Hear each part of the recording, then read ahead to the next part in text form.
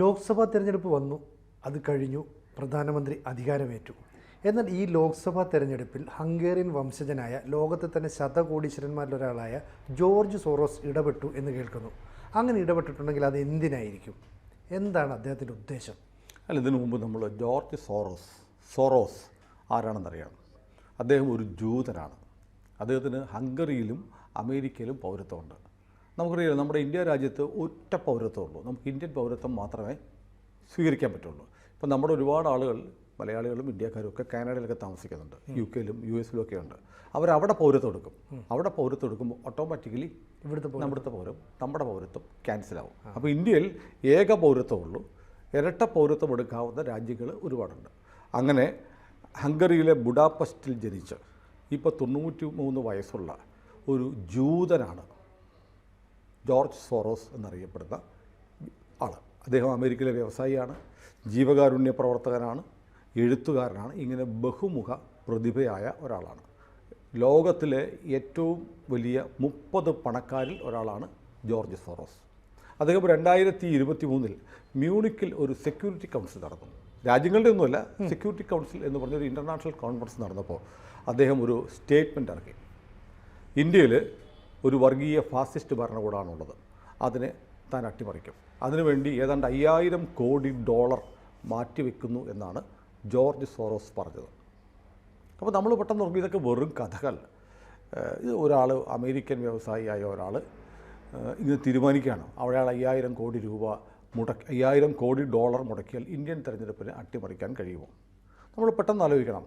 അതായത് അമേരിക്കൻ ഭരണകൂടം സോവിയറ്റ് യൂണിയനിലെ തെരഞ്ഞെടുപ്പിൽ, റഷ്യയിലെ തെരഞ്ഞെടുപ്പിനെ അട്ടിമറിക്കാൻ ശ്രമിച്ചു എന്നൊരു ആരോപണം ഉണ്ടായിരുന്നു. അമേരിക്കയിൽ ട്രംപ് അധികാരത്തിൽ വരാതിരിക്കാൻ അമേരിക്കയ്ക്ക് അകത്തും പുറത്തുമുള്ള ശക്തികൾ ഇടപെട്ടു എന്ന് ട്രംപ് പറഞ്ഞിട്ടുണ്ട്. എന്നിട്ട് ട്രംപ് തോൽവി സമ്മതിച്ചില്ല.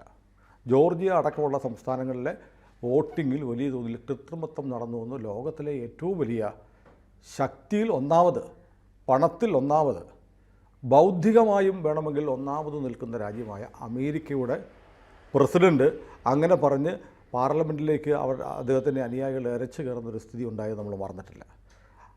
അപ്പോൾ ലോകത്തെ പല രാജ്യങ്ങളിലും അവിടുത്തെ രാഷ്ട്രീയത്തിൽ മറ്റ് രാജ്യങ്ങളും വ്യക്തികളും ഇടപെടുന്നുണ്ട് എന്ന് സോറോസിന് മുമ്പ് നമ്മൾ കണ്ടിട്ടുണ്ട്. അത് അമേരിക്കയിൽ കണ്ടിട്ടുണ്ട്, റഷ്യയിൽ കണ്ടിട്ടുണ്ട്, മറ്റ് പല രാജ്യങ്ങളും. അപ്പോൾ നമ്മളിതിനെ അവിശ്വസിക്കേണ്ട കാര്യമില്ല. അപ്പോൾ ഇതൊരു കഥയല്ല.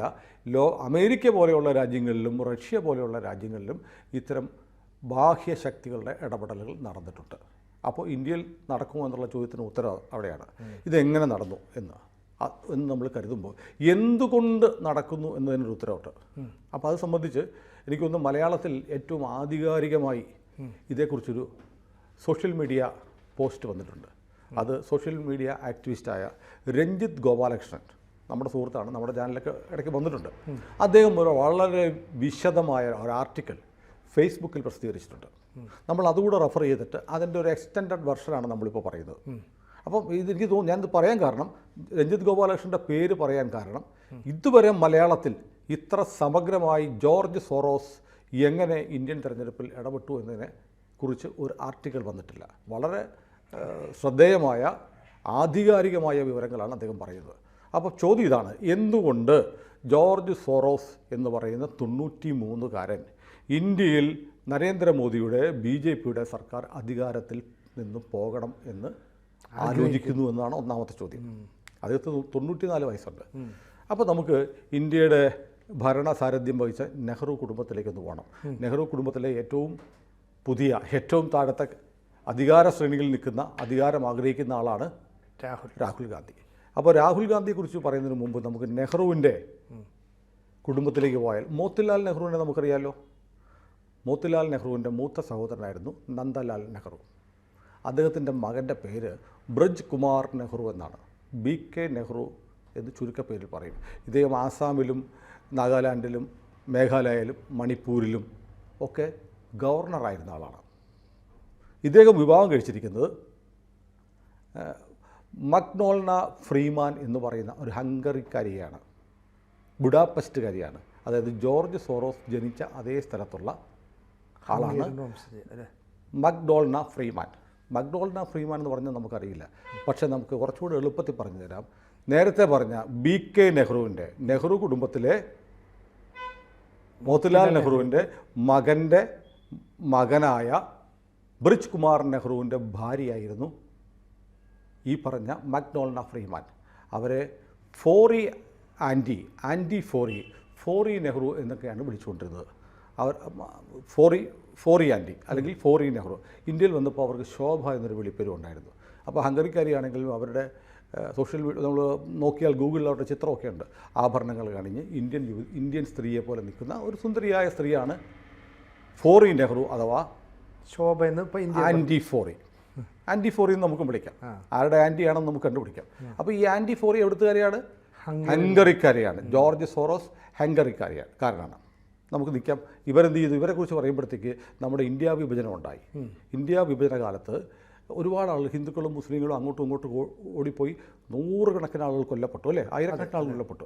അപ്പോൾ ഇന്ത്യയിൽ പെട്ടുപോയ ചില മുസ്ലിങ്ങൾ അഭയസ്ഥാനമില്ലാതെ അവർ ഹുമയൂണിൻ്റെ ശവകുടീരത്തിലൊക്കെ പോയി അഭയം തേടിയിരുന്നു. ആ സമയത്ത് ഇവർക്ക് സഹായവുമായി ചെന്നത് ആൻറ്റി ഫോറിയാണ്. ശോഭ അന്ന്, അതായത് അന്ന് മുതലേ ഇവർക്കൊരു മുസ്ലിം പക്ഷപാതിത്വം ഉണ്ടായിരുന്ന സ്ത്രീയായിരുന്നു ആര്? ആൻറ്റി ഫോറി. ഈ ആൻറ്റി ഫോറി വളരെ കൃത്യമാണല്ലോ. ഇപ്പം നമ്മൾ ഈ BK നെഹ്റുവിൻ്റെ ഭാര്യ എന്നൊക്കെ പറഞ്ഞാൽ മനസ്സിലാവത്തില്ല, ബന്ധം വെച്ച്. വളരെ സിമ്പിളായിട്ട് പറഞ്ഞാൽ മനസ്സിലാവും. ഇന്ദിരാഗാന്ധിയുടെ കസിനായിരുന്നു. ഇന്ദിരാഗാന്ധി ആരായിരുന്നു? രാഹുൽ ഗാന്ധിയുടെ മുത്തശ്ശനായിരുന്നു. ഇനി നമുക്ക് ബുഡാപെസ്റ്റ് വരെ ഒന്ന് പോവാം. ബുഡാപെസ്റ്റിൽ മക്ഡോൾന ഫ്രീമാൻ, അതായത് ആൻറ്റി ഫോറിയുടെ കുടുംബത്തിൻ്റെ പേര് ബത്ലഹേം എന്നാണ്. ബത്ലഹേമ. ഈ ബത്ലഹേമ കുടുംബത്തിലെ ഉറ്റ ബന്ധുവാണ് ജോർജ് സോറോസ്. ബന്ധം മനസ്സിലായോ? അപ്പോൾ വല്യമ്മയുടെ കൊച്ചുമകനാണ് സോറോസിൻ്റെ വല്യമ്മയുടെ കൊച്ചുമകനാണ് രാഹുൽ ഗാന്ധി. ഇനി ഒന്നുകൂടെ പറയാം, നിങ്ങൾ വിശ്വസിക്കാതിരിക്കുകയാണെങ്കിൽ ഈ 2008 ഈ ആൻറ്റി ഫോറിക്ക് 100 വയസ്സായി. 100 വയസ്സായപ്പോൾ ആൻറ്റി ഫോറിയെ കാണാൻ നമ്മുടെ സോറോസ് ഒരു ജെറ്റ് വിമാനം ചാർട്ടർ ചെയ്ത് ഇന്ത്യയിലേക്ക് വന്നു. 100 വയസ്സായപ്പോൾ അങ്ങനെ ആശംസ നേരാൻ 2008 ഇന്ത്യയിലേക്ക് വന്ന ആളാണ് ജോർജ് സോറോസ്. അപ്പോൾ നെഹ്റു കുടുംബവുമായി അദ്ദേഹത്തിൻ്റെ അടുപ്പം മനസ്സിലായില്ലേ? അതായത് തൻ്റെ വല്യമ്മയുടെ കൊച്ചുമകനെ ഒന്ന് ഇന്ത്യൻ പ്രധാനമന്ത്രിയാക്കാൻ ലോകത്തിലെ ഏറ്റവും വലിയ 30 കോടീശ്വരന്മാരിൽ ഒരാളായ ജോർജ് സോറോസ് ആഗ്രഹിച്ചാൽ തെറ്റ് പറയാൻ പറ്റുമോ? അതാണ് ഈ തന്ത്രങ്ങൾ. ഇതാണ് ഒന്നാമത്തെ ഈ കഥയിലെ ഒന്നാം ഭാഗം. ഇനി ഇതെങ്ങനെ വർക്ക് ചെയ്തു നോക്കാം. ഇത് വർക്ക് ചെയ്യുന്നതിന് മുമ്പ് വളരെ പെട്ടെന്നാണ് നമ്മുടെ നാട്ടിൽ ഈ മണ്ഡൽ സമരത്തിൻ്റെ കാലത്ത് വലിയ തോതിൽ ജാതിയുടെ പേരിലുള്ള കലാപങ്ങളുണ്ടായി, അല്ലേ? അപ്പോൾ ചില ആളുകളൊക്കെ ദേഹത്ത് പെട്രോൾ ഒഴിച്ച് കത്തിക്കുന്നു. അങ്ങനെ ജാതീയമായി വലിയ കലാപമുണ്ടായ കാലമായിരുന്നു മണ്ഡൽ കാലം. പക്ഷേ ഇന്ത്യയിൽ ഇപ്പോൾ അതിനുള്ള സാഹചര്യമൊന്നുമില്ല. ആ സമയത്താണ് ക്രിസ്റ്റഫെ ജെഫർലോട്ട് എന്ന് പറയുന്ന ഒരാളുണ്ട്. അദ്ദേഹം ഫ്രാൻസിലെ ഇന്തോളജിസ്റ്റാണ്. ഇന്തോളജിസ്റ്റ് എന്ന് പറഞ്ഞാൽ ഇന്ത്യയെക്കുറിച്ച് പഠിക്കുന്ന ആൾ. അദ്ദേഹത്തിൻ്റെ ശിഷ്യനായ ഗിൽസ് വേണിയേഴ്സും ചേർന്ന് ഒരു ഗവേഷണ പഠനം എഴുതി. അദ്ദേഹം ഒരു പുസ്തകം എഴുതി. ആ പുസ്തകത്തിൻ്റെ പേര് നീഡ് ഫോർ കാസ്റ്റ് സെൻസസ്. ഇന്ത്യയിൽ ജാതിയുടെ അടിസ്ഥാനത്തിൽ സെൻസസ് നടത്തേണ്ടുന്നതിൻ്റെ ആവശ്യകത എന്ന പേരിൽ പുസ്തകം എഴുതി. ഈ പുസ്തകം 2021 എഴുതുന്നത്. ആ സമയത്ത് ഇന്ത്യയിൽ ജാതീയമായി ബന്ധപ്പെട്ട ഉന്നാവ വിഷയമൊക്കെ നമ്മൾ ജാതീയത ചർച്ച ചെയ്തൊരു വിഷയമാണ്. പക്ഷേ ആ സമയത്ത് പോലുമല്ല, 2021 2 വർഷം മുമ്പ് ഇങ്ങനൊരു പുസ്തകം എഴുതിയിട്ട് ഇന്ത്യയിൽ ജാതി സെൻസസ് ആവശ്യമുണ്ടെന്ന് പറഞ്ഞു. മാത്രമല്ല, നരേന്ദ്രമോദി സർക്കാരിൽ SC ST OBC വിഭാഗങ്ങൾക്ക് പ്രാതിനിധ്യമില്ല എന്നൊരു ക്യാമ്പയിനും ഇവർ നടത്തി. പക്ഷേ എന്തുപറ്റി? കഴിഞ്ഞ സർക്കാരിൽ ഏറ്റവും കൂടുതൽ ഉണ്ടായിരുന്ന OBC SC ST ആയിരുന്നു. അതിൻ്റെ ഡേറ്റ പുറത്തു വന്നപ്പോൾ അവർ ആ വാദത്തിൽ നിന്ന് പിന്മാറിയെങ്കിലും ഇന്ത്യയിലെ മാധ്യമങ്ങൾ അന്നു മുതൽ ഇന്ന് വരെ ജാതി സെൻസസ് ഇന്ത്യയിൽ ആവശ്യമാണ് എന്ന് സ്ഥാപിക്കാൻ വേണ്ടി ആധികാരികമായി കോട്ട് ചെയ്യുന്നത് നീഡ് ഫോർ കാസ്റ്റ് സെൻസസ് എന്ന് പറയുന്ന ജെഫർലോട്ടിൻ്റെ ഈ പുസ്തകമാണ്. അതവിടെ തീർന്നില്ല. ജെഫർലോട്ടും അദ്ദേഹത്തിൻ്റെ ശിഷ്യനായ ഗിൽസ് വേണിയേഴ്സും ചേർന്നിട്ട് അശോക യൂണിവേഴ്സിറ്റിയിൽ ഒരു സംഘടനയുണ്ട്, ഒരു NGO ഉണ്ട്. ഈ NGOയുടെ പേര് Trivedi centre for political data എന്നാണ്. ഈ ഫോറത്തിലൂടെ ഇന്ത്യയിൽ വലിയ ജാതീയമായ അസമത്വമുണ്ട്, ജാതികളുടെ കണക്കെടുക്കണം, സെൻസസ് നടത്തണം, അല്ലെങ്കിൽ പല ജാതിക്കാർക്കും അവർക്ക് അർഹതപ്പെട്ട അവകാശങ്ങളും ആനുകൂല്യങ്ങളും കിട്ടുന്നില്ല എന്നുള്ള ഒരു വലിയ ക്യാമ്പയിൻ ആരംഭിച്ചു. ഇതൊന്നും മനസ്സിലാക്കാത്ത നമ്മുടെ ചില പൊളിറ്റിക്കൽ പാർട്ടികൾ ഇത് ഏറ്റെടുത്തു. അപ്പോൾ ഇതിൻ്റെ പിന്നിലെ സ്ട്രാറ്റജി ഇപ്പോൾ വിലയിരുത്തുമ്പോൾ മനസ്സിലാവുന്നത്, നരേന്ദ്രമോദി സർക്കാർ അല്ലെങ്കിൽ BJP സർക്കാർ കഴിഞ്ഞ 10 വർഷക്കാലം അധികാരത്തിൽ നിന്ന് ഒരു ഹിന്ദു കൺസോളിഡേഷൻ, ഹിന്ദു ഏകീകരണം കൊണ്ടാണ്.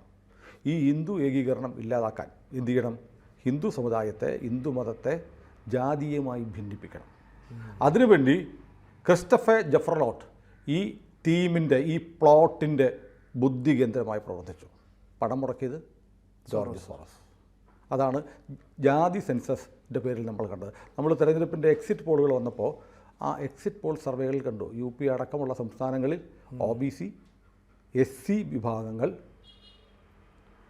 BJPയിൽ നിന്ന് അകന്നുകൊണ്ടിരിക്കുകയാണ്. OBC ഏതാണ്ട് ഓക്കെ ആയിട്ട് നിൽക്കുന്നു. OBCയിൽ വലിയ പ്രാതിനിധ്യം BJPക്ക് ഉണ്ടായിരുന്നു. പക്ഷേ OBC BJPക്കും കോൺഗ്രസിനും ഒരുപോലെ അനുകൂലമായി നിൽക്കുന്നു. SC വിഭാഗങ്ങൾ വലിയ തോതിൽ BJPയിൽ അവിശ്വാസം പ്രകടിപ്പിച്ചു. അവർ വന്നാൽ ഭരണഘടന മാറ്റി അവരുടെ സംവരണം ഇല്ലാതാക്കും എന്നുള്ള ക്യാമ്പയിൻ വ്യാപകമായി നടന്നു. അവർ വിശ്വസിക്കാൻ വേണ്ടി വലിയ തോതിൽ പണമൊഴുക്കപ്പെട്ടു. അതിൻ്റെ ബുദ്ധി കേന്ദ്രം ഫ്രഞ്ചുകാരനായ, ഫ്രാൻസിലെ ബുദ്ധിജീവിയായ, ഇന്തോളജിസ്റ്റായ ക്രിസ്റ്റഫർ ജഫ്രലോട്ടായിരുന്നു. നമ്മൾ ആലോചിക്കണം, നമ്മുടെ രാജ്യത്തെ തെരഞ്ഞെടുപ്പ് നടന്നതിൻ്റെ പിന്നിലെ, അട്ടിമറിക്കാൻ നടന്നതിൻ്റെ പിന്നിലെ നാടകങ്ങൾ അത് അവർ പകുതി വിജയിച്ചു. കാരണം BJP സർക്കാരിനെ അധികാരത്തിൽ നിന്ന് പുറത്താക്കുക എന്ന ലക്ഷ്യം വെച്ച് അവർ വളരെ ട്രമൻഡസ് ആയ ക്യാമ്പയിൻ നടത്തിയിട്ട് അവർക്ക് BJPക്ക് കേവല ഭൂരിപക്ഷമില്ലാത്ത അവസ്ഥ എത്തിക്കാൻ പറ്റി. അതായത് വോട്ടുകളെ കുറേ മാറ്റാൻ പറ്റി. 272 സീറ്റുകൾ BJPക്ക് കിട്ടാത്ത അവസ്ഥ ഉണ്ടാക്കി. എന്നിട്ടും ഇതിനെയൊക്കെ BJP മെഷീനറി മറികടന്നതുകൊണ്ടാണ് 240 സീറ്റുകളെങ്കിലും നേടാനായത്. അതായത് വലിയ പരിക്കേൽപ്പിക്കാൻ ജോർജ് സോറോസിൻ്റെ തന്ത്രങ്ങൾക്ക് കഴിഞ്ഞു. രണ്ടാമത്തെ ഘടകം, ഒന്ന് ജാതീയമായി ഹിന്ദുക്കളെ ഭിന്നിപ്പിക്കുക. ആ തന്ത്രമായിരുന്നു ഇവരെടുത്ത സ്ട്രാറ്റജി. രണ്ടാമത്തെ സ്ട്രാറ്റജി നമ്മളിപ്പോൾ കണ്ടുകൊണ്ടിരിക്കുക. നമ്മളിപ്പോൾ ഇന്നലെ പറഞ്ഞു, ഒരാൾ സുപ്രീം കോടതി പരാതി കൊടുക്കാൻ പോകുന്നു. ഡൽഹിയിലൊരു അഭിഭാഷകൻ എന്ന് നമ്മൾ ചൂണ്ടിക്കാട്ടി. അദ്ദേഹം ചൂണ്ടിക്കാട്ടിയ എന്താണ്? ഗ്യാരണ്ടിയും രാഹുലിൻ്റെ മഹാലക്ഷ്മി പദ്ധതി എന്ന് പറഞ്ഞ് എല്ലാ സ്ത്രീകൾക്കും 1 ലക്ഷം രൂപ കൊടുക്കുന്നൊരു പദ്ധതി പ്രഖ്യാപിച്ചു. പദ്ധതി പ്രഖ്യാപിക്കുക മാത്രമല്ല, നമ്മുടെ കേരളത്തിൽ വ്യാപകമായി വിതരണം ചെയ്തില്ലെന്നേ ഉള്ളൂ. കാരണം കേരളത്തിന് അങ്ങനെയൊന്നും ഒളിച്ചു വെക്കാൻ പറ്റില്ല. ഇത്തരം വാഗ്ദാനങ്ങളൊന്നും കേരളത്തിലെ മലയാളികൾ വിശ്വസിക്കില്ല. പക്ഷേ വടക്കേ ഇന്ത്യയിൽ വ്യാപകമായി അതിൻ്റെ കണക്ക് വന്നിട്ടുണ്ട്. എത്രയാണെന്നറിയോ പ്രിൻ്റ് ചെയ്ത് ഗ്യാരണ്ടി കാർഡ്? 8.5 കോടി ഗ്യാരണ്ടി കാർഡുകൾ. അതായത് കോൺഗ്രസിൻ്റെ സ്ഥാനാർത്ഥികൾ വിജയിച്ചു വന്നാൽ അവർക്ക് 8.5 കോടി 1 ലക്ഷം രൂപ വീതം നൽകുമെന്ന് വാഗ്ദാനം ചെയ്യുന്ന 8.5 കോടി ബോണ്ടുകൾ അച്ചടിച്ചു. നോട്ടീസല്ല, ബോണ്ടെന്ന് പറഞ്ഞാൽ അച്ചടിച്ചത്. ബോണ്ടെന്നൊരു കരാറാണ്. അതായത് നിങ്ങൾ വോട്ട് ചെയ്ത് ഈ ആളെ MP ആക്കിയാൽ നിങ്ങൾക്ക് 1 ലക്ഷം രൂപ കിട്ടും എന്ന് 8.5 കോടി ബോണ്ടുകൾ പ്രിൻ്റ് ചെയ്തു. ഇത് പ്രിൻ്റ് ചെയ്താരാണ്? ഓപ്പൺ സൊസൈറ്റി ഫോറം എന്ന് പറയുന്ന സോറസിൻ്റെ സംഘടനയ്ക്ക് വേണ്ടി ഒമഡിയാർ എന്ന് പറയുന്ന ഒരു ഏജൻസിയാണ് പ്രിൻ്റ് ചെയ്തത്. അതും വ്യക്തമായി കഴിഞ്ഞു. മറ്റൊന്നുകൂടി പറയാം, തെരഞ്ഞെടുപ്പ് ഫലം വന്ന് നരേന്ദ്രമോദി സർക്കാർ ഞാൻ അധികാരമേറ്റെടുത്തു. ഒമഡിയാർ എന്ന് പറയുന്ന കമ്പനി ഇന്ത്യയിലെ പ്രവർത്തനം അവസാനിപ്പിച്ച് ഓഫീസും പൂട്ടിക്കഴിഞ്ഞു. ഓഫീസും പൂട്ടി. അപ്പോൾ ഈ ചുരുളഴിഞ്ഞ് വരികയാണ്. ഇങ്ങനെ ഓരോന്നായി ചുരുളഴിഞ്ഞ് വരികയാണ്. അപ്പോൾ നമ്മൾ ഒന്നാമത് പറഞ്ഞത്, ജോർജ് സോറോസ് എന്തിന് രാഹുൽ ഗാന്ധിയെ സഹായിക്കണം? സിമ്പിൾ, വല്യമ്മയുടെ കൊച്ചുമോനെ സഹായിക്കാൻ വേണ്ടിയിട്ടാണ്. 2, എങ്ങനെ BJP തോൽപ്പിക്കാൻ ശ്രമിച്ചു? 2 തരത്തിൽ. ഒന്ന്, ഈ പറഞ്ഞതുപോലെ ജാതീയമായി ഭിന്നിപ്പുണ്ടാക്കി ജാതി സെൻസസ് എന്നുള്ള സ്ട്രാറ്റജി ഈ പറഞ്ഞ ഫ്രഞ്ച് ഇന്തോളജിസ്റ്റിൻ്റെ സഹായത്തോടെ ചില NGOകളെ ഉപയോഗിച്ച് വലിയ തോതിൽ ഫണ്ട് മുടക്കി ആ ക്യാമ്പയിൻ നടത്തി. ചില രാഷ്ട്രീയ പാർട്ടികൾ അറിയാതെ, നിതീഷിൻ്റെ പാർട്ടിയൊക്കെ ജാതി സെൻസസ് വേണമെന്ന് പറഞ്ഞു. ചുമ്മാതില്ല, ഈ സ്റ്റഡിയാണ്. ഒരു ലോകപ്രശസ്തനായ ഒരു ഇന്തോളജിസ്റ്റ്, അദ്ദേഹത്തിൻ്റെ സ്റ്റഡി വരികയാണ്. അത് ഇന്ത്യയിലെ യൂണിവേഴ്സിറ്റികൾ, അശോക യൂണിവേഴ്സിറ്റി അടക്കമുള്ള യൂണിവേഴ്സിറ്റികളൊക്കെ ആധികാരിക രേഖയായിട്ട് പ്രചരിപ്പിക്കുന്നു. അങ്ങനെ ചില രാഷ്ട്രീയ പാർട്ടികളും വേണം. രണ്ടാമത്തത്, ഇന്ത്യയിലെ ജനങ്ങൾക്ക് ബ്രൈബ് ചെയ്യുക. നമ്മുടെ ജനപ്രാതിനിധ്യ നിയമം ഉണ്ടായതിന് ശേഷം ഇതുവരെ ഇത്ര തോതിൽ 12 ഭാഷകളിലാണ് 8.5 കോടി ബോണ്ടുകൾ അച്ചടിച്ച്. ഒരു സംസ്ഥാനമല്ല ടാർഗറ്റ്, 12 സംസ്ഥാനങ്ങളിലായി 12 ഭാഷകളിൽ ഇത് അച്ചടിച്ച് 8.5 കോടി ആളുകൾക്ക് വിതരണം ചെയ്തു. അപ്പോൾ വലിയ തോതിലുള്ള ഒരു ഓർഗനൈസ്ഡ് കൈക്കൂലി ക്രൈമാണ്. ജനപ്രാതിനിധ്യ നിയമത്തിലെ 123(1) വകുപ്പ് അനുസരിച്ച് പണം കൊടുക്കുന്നത്, പണം കൊടുക്കാമെന്ന് വാഗ്ദാനം ചെയ്യുന്നത്, സമ്മാനം കൊടുക്കുന്നത് ഒക്കെ തെരഞ്ഞെടുപ്പ് അഴിമതിയാണ്. നഗ്നമായ തെരഞ്ഞെടുപ്പ് അഴിമതി രാഹുൽ ഗാന്ധിയും കൂട്ടരും നടത്തി. ആരുടെ പണം? ജോർജ് സോറോസിൻ്റെ പണം. ഇങ്ങനെയാണ് ജോർജ് സോറോസും സംഘവും ഇന്ത്യൻ തെരഞ്ഞെടുപ്പിനെ അട്ടിമറിച്ചതെന്നാണ് ഒന്നാമത്തെ കാര്യം. ഇനി മറ്റൊന്നുകൂടെ പറയാം. നമ്മൾ കഴിഞ്ഞ ദിവസം ചർച്ച ചെയ്തു. അതായത് ഇസ്രയേലിലുള്ള ഒരു കമ്പനി AI ഉപയോഗിച്ച്, ഓപ്പൺ AI, ChatGPT ഇവരെ ഉപയോഗിച്ച് ഇന്ത്യക്കെതിരെയായിട്ടുള്ള ഡോക്യുമെൻറ്റ്സ് ഒക്കെ ഉണ്ടാക്കി. എന്നിട്ട് എന്ത് ചെയ്തു? അത് ഫേസ്ബുക്ക്, ഇൻസ്റ്റാഗ്രാം തുടങ്ങിയ നവമാധ്യമങ്ങളിലൂടെ വ്യാപകമായി പ്രചരിപ്പിച്ചു. അത് ആ കമ്പനി കണ്ടെത്തി 24 മണിക്കൂറിനുള്ളിൽ അവർ ബ്ലോക്ക് ചെയ്തു എന്ന് പറഞ്ഞിരിക്കുന്ന ഇസ്രയേൽ കമ്പനിയാണ്. ഇസ്രയേൽ കമ്പനി എന്ന് പറഞ്ഞാൽ ജൂതന്മാരുടെ കമ്പനിയാണ്. ജോർജ് സോറോസ് ആരാണ്? ജൂതനാണ്. അപ്പോൾ അന്ന് നമ്മൾ വിശ്വസിച്ചില്ല ആദ്യം, അല്ലേ? ഇസ്രയേലിൽ നമുക്കെതിരെ. ഇനി നോക്കൂ, ഇനി വേറെന്ന് പറയാം. നമ്മളിപ്പോൾ ABC മലയാളത്തിൽ സംസാരിക്കുകയാണ്. നമുക്കറിയാം നമ്മുടെ ഓരോ വീഡിയോകളിലും റീച്ച് എത്രയെന്നറിയാം. പക്ഷേ ഇലക്ഷൻ സമയത്ത് നമ്മൾ വിഷമിക്കായിരുന്നു. നമ്മുടെ പല വീഡിയോകളും കയറുന്നില്ല. നമ്മൾ പറയുന്നില്ല ഇത് കയറുന്നില്ല. 10,000, 15,000, 2 ലക്ഷം, 3 ലക്ഷം ഒക്കെ പോയിക്കൊണ്ടിരുന്ന നമ്മുടെ വീഡിയോകൾ ഇപ്പോൾ പോലും നമ്മൾ തിരിച്ചു വന്നിട്ടില്ല. അതിൻ്റെ ഒരു ഉദാഹരണം വന്നു. അപ്പോഴത്തേക്ക് ഇവർ ചെയ്തതെന്താണ്?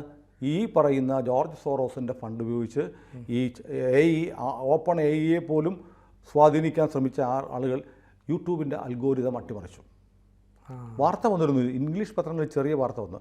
യൂട്യൂബിൻ്റെ അൽഗോരിതം അട്ടിമറിച്ച് കോൺഗ്രസിന് അനുകൂലമായിട്ടുള്ള ക്യാമ്പയിനുകളെ പ്രൊമോട്ട് ചെയ്യുകയും റൈറ്റ് വിങ് ആയിട്ടുള്ളതിനെയൊക്കെ ഡൗൺ ആക്കുകയും ചെയ്തു എന്ന് കണ്ടിട്ട് യൂട്യൂബ് 17 ജീവനക്കാരെ പിരിച്ചുവിട്ടു. ഇംഗ്ലീഷ് പത്രങ്ങളിൽ ചെറിയ വാർത്ത ഉണ്ടായിരുന്നു, മലയാള പത്രങ്ങളുണ്ടായിരുന്നു. ആ പിരിച്ചുവിട്ട 17 പേരിൽ 4 മലയാളികളും ഉണ്ടായിരുന്നു. ആ 17 പേരിൽ. അപ്പോൾ ABC മലയാളത്തിൻ്റെ റീച്ച് കുറഞ്ഞത് എങ്ങനെയാണെന്ന് മനസ്സിലായല്ലോ. അപ്പോൾ ഇത് ഉപയോഗിക്കാവുന്ന എല്ലാ സങ്കേതങ്ങളും ഉപയോഗിച്ച് BJPക്ക് അനുകൂലമായി. നോക്കൂ, ധ്രുവ് റാഠി എന്ന് പറഞ്ഞ ഒരാളെക്കുറിച്ച് പറയുന്നുണ്ട്. നമ്മൾ മനഃപൂർവ്വം നമ്മുടെ ഒരുപാട് പ്രേക്ഷകർ ആവശ്യപ്പെട്ടു ധ്രുവ് റാഠിയെക്കുറിച്ച് ഒരു വീഡിയോ ചെയ്യണമെന്ന്. നമ്മൾ ചെയ്തില്ല, ഡെലിബറേറ്റ്ലി ചെയ്തില്ല. കാരണം ധ്രുവ് റാഠിയെ അറിയാത്ത ആളുകൾ ഇപ്പോഴും ഉണ്ട്. അവർക്ക് നമ്മൾ ധ്രുവ് റാഠിയെ പരിചയപ്പെടുത്തി അയാൾക്ക് വ്യൂവർഷിപ്പ് ഉണ്ടാക്കി കൊടുക്കേണ്ട കാര്യമില്ല. അയാളുടെ നറേറ്റീവ്സ് നമ്മുടെ പ്രേക്ഷകർക്കും മനസ്സിലാക്കി കൊടുക്കേണ്ട കാര്യമില്ല. അയാൾ ജർമ്മനിയിലിരുന്ന് ചെയ്യുന്ന വീഡിയോസ് ഓട്ടോമാറ്റിക്കലി ഇന്ത്യയിലെ എല്ലാ ഭാഷകളിലും ട്രാൻസ്ലേറ്റ് ചെയ്യപ്പെടുകയാണ്. ജർമ്മനിയിൽ അയാൾ ഹിന്ദിയിൽ ചെയ്ത, ഈ ചെറുപ്പക്കാരൻ ചെയ്ത എല്ലാ വീഡിയോകളും ഓട്ടോമാറ്റിക്കലി ട്രാൻസ്ലേറ്റ് ചെയ്യപ്പെടുന്നു. ഞാൻ പറഞ്ഞ മറ്റൊന്നുകൂടെ ഉണ്ട്. നമ്മുടെ ഉൾപ്പെടെ റൈറ്റ് വിങ് എന്ന് വിചാരിക്കുന്ന എല്ലാ യൂട്യൂബുകളും ഡൗൺ ആയപ്പോൾ പ്രോ കോൺഗ്രസ് അല്ലെ പ്രോ ഇന്ത്യ മുന്നണിക്ക് അനുകൂലമായ എല്ലാ ചാനലുകളും അപ്പായി വീഡിയോകളൊക്കെ. അതെ, ഒരു ചെറുപ്പക്കാരൻ ജർമ്മനിയിലിരുന്ന് വീഡിയോ ചെയ്യുന്നതിന് 18 മില്യൺ വ്യൂവർഷിപ്പ്. നമ്മൾ ഇത്രയും കാലമായി പ്രവർത്തിക്കുന്ന നമുക്ക് 3 മില്യൺ ആയിട്ടില്ല. അത് നമ്മുടെ പ്രേക്ഷകരുടെയും കുഴപ്പമുണ്ട്. നമ്മുടെ പ്രേക്ഷകർ ലക്ഷക്കണക്കിന് ആളുകൾ നമ്മുടെ ചില വീഡിയോകളിൽ 10 ലക്ഷം കണ്ട വീഡിയോകളുണ്ട്. പക്ഷേ അവർ കാണുന്നതല്ലാതെ നമ്മുടെ സബ്സ്ക്രൈബ് ചെയ്യുന്നില്ല. അപ്പോൾ ഇത് കാണുന്ന പ്രേക്ഷകരുടെ ഒരു അപേക്ഷ കൂടി എനിക്കുണ്ട്. അതായത് ജോർജ് സോറോസിനെ പോലെയുള്ള ആളുകൾ പാവപ്പെട്ട നമ്മുടെ കഴുത്തിന് പിടിച്ച് നിൽക്കിക്കൊണ്ടിരിക്കുക. നിങ്ങൾ ഈ വീഡിയോ കാണുമ്പോൾ ഒന്ന് സബ്സ്ക്രൈബ് കൂടെ ചെയ്താൽ നമ്മുടെ സബ്സ്ക്രിപ്ഷൻ കൂടും. പക്ഷേ ധ്രുവ് റാഠിയുടെ വീഡിയോ എങ്ങനെയാണ് 18 മില്യണായി മാറിയത്? അതിനകത്തൊരു കള്ളക്കളി ഉണ്ടാവില്ല. തീർച്ചയായും നമുക്കറിയാമല്ലേ, ഓട്ടോമാറ്റിക്കലി നമുക്ക് പണം കൊടുത്ത് പോസ്റ്റുകൾ ബൂസ്റ്റ് ചെയ്യിക്കാം. ജോർജ് സോറോസ് പോലെയുള്ള ആളുകൾ ഫണ്ട് ചെയ്യാനുണ്ടെങ്കിൽ ധ്രുവ് റാഠിമാരുടെ വീഡിയോ 18 മില്യൺ അല്ല 50 മില്യൺ കയറും. അപ്പോൾ ഇന്ത്യയിലെ തെരഞ്ഞെടുപ്പിനെ അട്ടിമറിക്കാൻ വല്യമ്മയുടെ കൊച്ചുമകനെ പ്രധാനമന്ത്രിയാക്കാൻ വേണ്ടിയിട്ട് ആസൂത്രിതമായി എല്ലാ തരത്തിലും നോക്കൂ.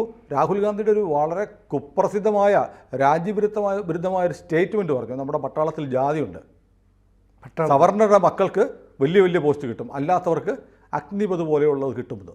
നമ്മളതേക്കുറിച്ചൊരു വീഡിയോ ചെയ്തിരുന്നു. ഇന്ത്യൻ പട്ടാളത്തിൽ പോലും ഭിന്നിപ്പുണ്ടാക്കാൻ രാഹുൽ ഗാന്ധി ശ്രമിച്ചു. ഇത്രയും നമ്മൾ മോദി മുസ്ലിങ്ങളെ പറഞ്ഞു, അല്ലെങ്കിൽ കെട്ടുതാലി പിടിച്ചു കൊടുക്കുമെന്ന് പറഞ്ഞു എന്നൊക്കെ പറഞ്ഞിട്ടാണ് ഇവിടെ പ്രതിഷേധം ഉണ്ടായി. ഇന്ത്യൻ സൈന്യത്തെ പോലും ഇതിലേക്ക് വലിച്ചഴച്ച് മോദിയുടെ കാലത്ത് സൈന്യത്തിൽ ജാതിയുണ്ട്, സവർണരുടെ സമ്പന്നരുടെ മക്കൾക്കാണ് നല്ല പോസ്റ്റുകൾ കിട്ടുന്നത്, അല്ലാത്തവർക്ക് അഗ്നിപഥ് പോലെയുള്ള അഗ്നിവീർ പോലെയുള്ള പദ്ധതികളേ ഉള്ളൂ എന്ന് പറഞ്ഞ് പട്ടാളത്തിൽ പോലും ഭിന്നിപ്പുണ്ടാക്കാൻ നോക്കി. എങ്ങനെയെങ്കിലും ഒന്ന് പ്രധാനമന്ത്രിയാകാൻ വേണ്ടി ഈ ആഭാസൻ, ഈ രാജ്യദ്രോഹി ചെയ്ത കാര്യമാണിത്. നമ്മുടെ സൈന്യത്തെ രാഷ്ട്രീയമായി ജാതിയുമായി ഭിന്നിപ്പിക്കാൻ ഏതെങ്കിലും ദേശം സ്നേഹിക്ക് കഴിയുമോ? ഇയാളൊക്കെ ഇന്ത്യൻ പ്രധാനമന്ത്രിയായാൽ ഈ രാജ്യം ഏത് കടലിലേക്കാണ് പോവുക? അപ്പോൾ ഈ നമ്മുടെ രാജ്യത്ത് നടന്ന വലിയ അട്ടിമറിയുടെ ചിത്രങ്ങൾ പതുക്കെ പതുക്കെ പുറത്തു വരുന്നുണ്ട്. ജോർജ് സോറോസ് ഈ തെരഞ്ഞെടുപ്പിനെ എങ്ങനെ സ്വാധീനിക്കാൻ ശ്രമിച്ചു എന്നതിൻ്റെ ചില വിവരങ്ങളാണ് ഇനി പുറത്തു വന്നിരിക്കുന്നത്. കൂടുതൽ വിവരങ്ങൾ വരും ദിവസങ്ങളിൽ വരും. നമുക്കത് പ്രേക്ഷകരോട് പറയാം. ധ്രുവ് റാഡി ആരാണെന്നതിനെക്കുറിച്ചും നമ്മൾ വരും ദിവസങ്ങളിൽ അദ്ദേഹത്തിൻ്റെ താല്പര്യങ്ങൾ, അയാളുടെ താല്പര്യങ്ങൾ എന്തായിരുന്നു എന്നതിനെക്കുറിച്ചും നമ്മളൊരു വീഡിയോ ചെയ്യുന്നുണ്ട്. അപ്പോൾ പ്രേക്ഷകരോട് പറയാനുള്ളത്, ജോർജ് സോറസ് ഒരു സാങ്കല്പിക കഥാപാത്രമല്ല. അദ്ദേഹം ഇന്ത്യൻ തെരഞ്ഞെടുപ്പിൽ ഇടപെട്ടു എന്ന് പറയുന്നത് വെറുതെ പരാജയ ഭീതി മറയ്ക്കാൻ വേണ്ടി നരേന്ദ്രമോദിയോ BJPയോ ഉണ്ടാക്കുന്ന ഒരു നരേറ്റീവല്ല. അത് വസ്തുതയാണ്. അതിന് തെളിവുകളുണ്ട്. അത് കൂടുതൽ വെളിവായി വരികയാണ്. അപ്പോൾ ഇന്ത്യൻ ജനാധിപത്യം ഏറ്റവും അപകടകരമായ ഒരു പ്രതിസന്ധിയിലൂടെയാണ് കടന്നുപോയത്. പക്ഷേ അതിന് ഭാഗ്യവശാൽ, ഈ രാജ്യത്തിൻ്റെ ഭാഗ്യം കൊണ്ട്, നമ്മുടെയൊക്കെ മഹാഭാഗ്യം കൊണ്ട്, ഈ രാജ്യത്തിൻ്റെ ആന്തരിക ശക്തിയുടെ കരുത്തുകൊണ്ട് നമുക്ക് അതിജീവിക്കാൻ കഴിഞ്ഞു. ഇപ്പം ചാരം മൂടിക്കിടക്കുന്ന പലതും നമ്മൾ പുറത്തു വന്നുകൊണ്ടിരിക്കും വരും ദിവസങ്ങളിൽ. അതെ. ഇത് മലയാളത്തിൽ ആദ്യമായി പറയുന്നത് നമ്മളാണ്. കൂടുതൽ നോക്കാൻ, വിവരങ്ങൾ അറിയാൻ വേണ്ടി നിങ്ങൾ രഞ്ജിത്ത് ഗോപാലകൃഷ്ണനെ വായിക്കുക എന്നുകൂടി പറഞ്ഞ് നമുക്ക് ഈ സംഭാഷണം അവസാനിപ്പിക്കാം. കൂടുതൽ വിവരങ്ങളുമായി നമ്മൾ വീണ്ടും വരും. കൂടുതൽ വാർത്തകളും വിശേഷങ്ങളും നിങ്ങളിലേക്ക് എത്താൻ ABC മലയാളം സബ്സ്ക്രൈബ് ചെയ്യുക, ബെൽ ബട്ടണും അമർത്തുക.